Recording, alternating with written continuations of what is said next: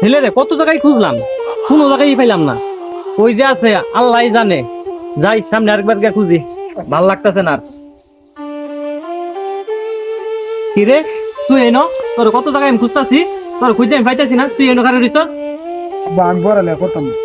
আমি আর পড়ালেখা আমার পড়ালেখা তুই কেল লেগে পড়ালেখা করতে না? তোর এত এত টিয়া আমি তোর পড়ালেখা করাইছি, তুই এখন না তুই পড়ালেখা করতে না? কারণটা কি? পড়ালেখা করতাম আমার ওটা কিনা দিন লাগবে। তুই কেল লেগে ওটুটা কিনবার চাস? তুই আমার ক। তোমার আমি কি করাম, সর্বের কথা আমি তো কই পাইতাম না।